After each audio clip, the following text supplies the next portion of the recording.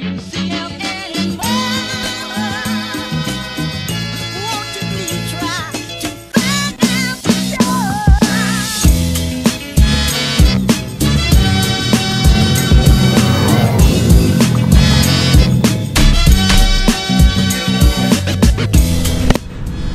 what's up guys? You can Rider here, and today's another episode of my Moto Vlogs. Yeah! Woo! Hey! Well, if you noticed, meron akong back ride ngayon.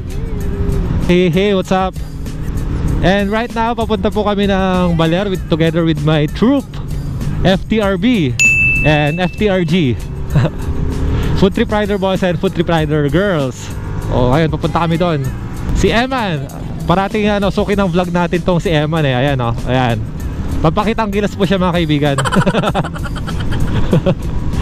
Nga pala guys, kausap ko siya sa sa comms, and right now we are using our VNet phone na China na Sena. Kasi China ang gamit ko, kasi yung Sena ko, wow, ninakaw po. Ninakaw sa LTO. If you watch my episode on LTO registration, doon siya ninakaw. Ano naman gagawin namin sa Baler ngayon? Well, nagpasama ako sa kanila para puntahan namin si Ate Baler. Joke. Hindi, ngayon eh. Today's November 2 and testing lang namin na mag-ride. Pabakasyon lang kami. Pag-ibini pala ngayon. It's almost 6 o'clock and we will spend the night in Baler. And tomorrow we will go to Dipakulaw. Travel vlog na naman to mga kaibigan, no? And as usual, next vlog ko, ibibigay ko sa inyo kung ano yung mga pinuntahan namin.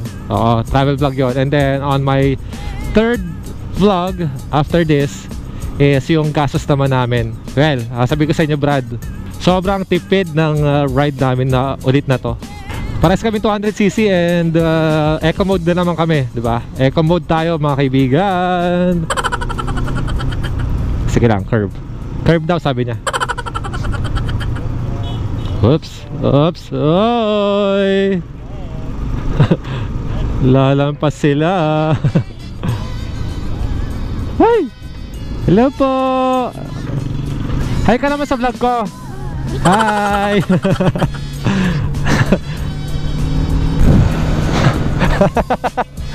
Hindi ba hindi kaya sundan yung mo, yung pacing mo. Pacing sa pagdidirect mo. Hindi hirap na, sabi ni Emma, ang hirap daw maging director sa shooting ng rides. Kasi hindi makasabay yung videographer namin sa utos ni Direk Eman.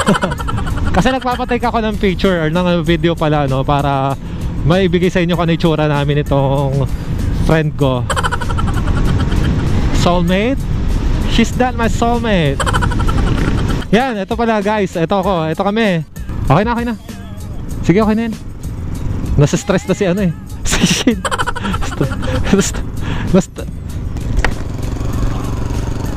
Okay na. Woo! Yun na, si Eman. Bumabanking na mga kaibigan. Yeah. Ngayon pala, hinahabol namin yung yung sunset sana. Kaso mukhang hindi namin naabutan sa Pantabangan Dam. Which is hindi siya daw talaga Pantabangan Dam.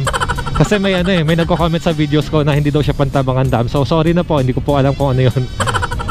Tama. Nakasulat naman to Baler. Tinatanong ko niya kung pataas daw. Ayun nakasulat to Baler. And medyo spontaneous na naman po itong biyahe namin kasi wala na naman kaming kaplano-plano dito, Ang plano namin talaga is Dipakulaw kami diretso right now, but mukhang gagawihin na kami, kaya gagawin namin is Baler na lang muna kami today kasi may event din to, Tama, may nag-share sa page ko na may event daw dun ngayon. Puntahan na natin yung event, and then tomorrow morning maaga pupunta tayong Dipakulaw. Yeah. As usual, wala na naman kaming nakuha ng bahay. Pagdating dito, saka pa lang kaming kukuha ng bahay. May nagsabi sa akin, Instagrammable place daw talaga ang Dipakulaw. So masyadong maganda daw for pictures. So testingin natin kung tama ba. At saka maganda daw yung daan. Alright. Ay gago. Ganda Grabe, first time dito mga kasama naming girls sa Baler. And namamangha sila sa view ngayon ng ano, ng Maria Aurora, ay ng Aurora Province. Grabe, kanina sobrang init ng papunta namin, but right now giniginaw naman na kami. Punta pala kami ng alas 9 dito and it's 6 o'clock na. Diba, haba na, di pa kami nakakarating ng Baler. Well, medyo madami ng stopovers na mahaba. Well, we're with the girls, kaya talaga dapat mahaba ang pahinga kasi masakit sa puwet. Mga pahinga namin 1 oras kada stop eh. So nag-breakfast kami, nag-lunch kami, tapos nag-merienda. Isipin nyo na. Oo nga pala, no, kanina, no, mention ko na lang din, shout out nga pala dun kay Kuya sa may Sabano Park sa McDo, yung nagbabantay doon. Diba, no, Eman? Oh guys, medyo may maangas sa Sabano Park eh. Kaya kung kayo doon, magpo-parking kayo, ay nako, intindihin nyo, may ano si Kuya, may menopause ata si Kuya doon eh. Pa-parking lang kami, tapos hindi namin sinunod yung linya kasi sabi namin para dun sa lilim at saka nag-aayos kami. Pero nasa loob kami na linya, kahit na daw, ayaw pa rin niya. Sabi niya ayusin daw namin, tapos pinagsisigawan kami. High blood kami ni Eman.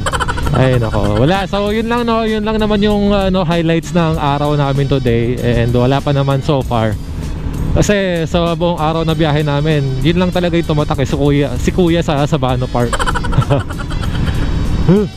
And medyo gabi na guys, so baka wala na kayo makita dito sa vlog ko, kaya medyo ipuputol ko na lang muna.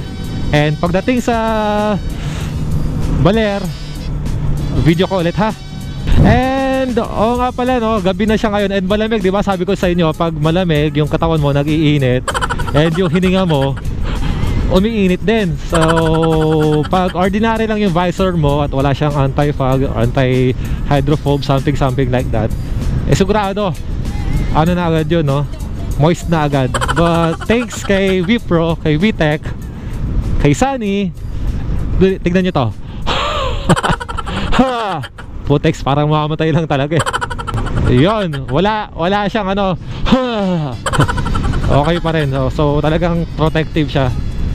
Ayos, Sunny, the best. Natatakot na si Eman. Natakot na siya. Bahala ka sa buhay mo. Ako nga una, para ako yung mag-ano ng pacing mo. Masyado kang nauuna eh. Takot ka naman pala sa multo. Si Angela natin, takot sa multo. Hello, scary. Malaki na. Kukunin na tayo ng multo. Agos eh. Wala. Sige. Ay, sorry. Takot na rin si Angela. Ano yan? May ilaw? May flashlight, on the flashlight. Hey guys, November 2 pa naman. Nagtatakutan tayo, All Souls Day ngayon. Ulo kayo.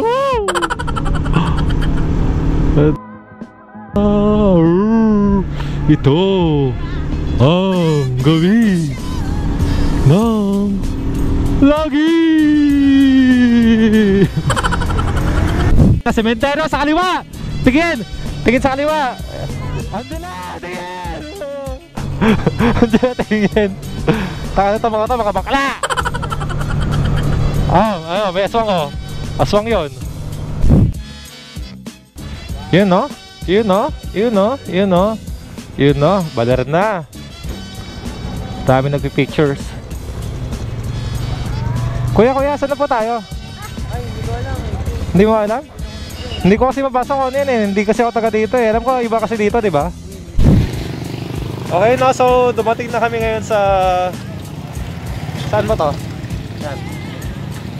Baler. Yeah, we have arrived in Baler and right now nagpi-picture taking kami. So ayun siya. Eman, Shane, and Angela. Hello. Yan, pinagin ko na kami and mamaya maghanap na kami ng room. Okay? Right.